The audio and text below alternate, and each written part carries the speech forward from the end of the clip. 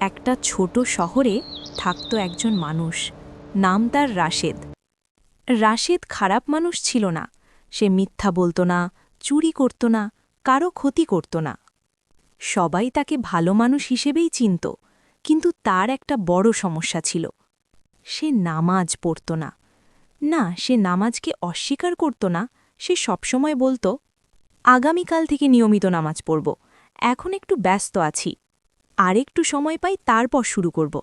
এভাবেই দিন যায়, সপ্তাহ যায়, মাস যায়, বছরও কেটে যায়। সময় কিন্তু কারোর জন্য থেমে থাকে না। একদিন ফজরের আজান হচ্ছিল।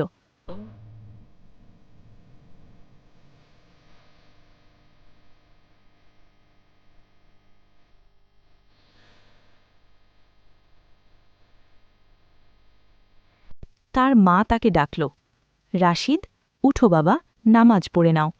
রাশিদ আধা ঘুমে বলল, মা, আজকে না, কাল থেকে পড়া শুরু করব। এই কাল শব্দটা ছিল তার সবচেয়ে বড় ভুল। হঠাৎ একদিন, সেদিনও ছিল অন্য দিনের মতোই, রাশেদ বন্ধুদের সাথে ঘুরে বেড়াল, মোবাইল ব্যবহার করল, সময় নষ্ট করল। রাত হল, ঘুমোনোর আগে আবার ভাবল, আগামীকাল থেকে ইনশাআল্লাহ নামাজ শুরু করব। কিন্তু সে জানত না, এই রাতটাই তার জীবনের শেষ রাত। গভীর রাতে হঠাৎ তার বুক ধরফর করতে লাগল। শ্বাস নিতে কষ্ট হচ্ছিল। সে ভয় পেয়ে গেল। মনে মনে বলল, আল্লাহ, আমাকে একটু সময় দাও, আমি নামাজ পড়ব, আমি বদলে যাব। কিন্তু তখন আজরাইল আলাইহিসসালাম তার সামনে উপস্থিত। তার সময় শেষ। রাশেদের চোখ দিয়ে পানি পড়ছে। সে বলতে চাইছে, হে আল্লাহ, আমাকে আর একটা সুযোগ দাও, আমি শুধু একবার সিজদা করতে চাই।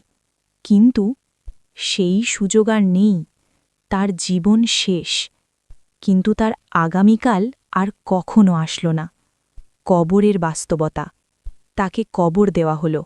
চারপাশে অন্ধকার। নেই কোনো বন্ধু, নেই মোবাইল, নেই টাকা, শুধু তার আমল। আর তখনই শুরু হলো প্রশ্ন, তোমার রব কে? তোমার দিন কি? কিন্তু সে তো জীবনে নামাজই পড়েনি। সে কিভাবে উত্তর দেবে?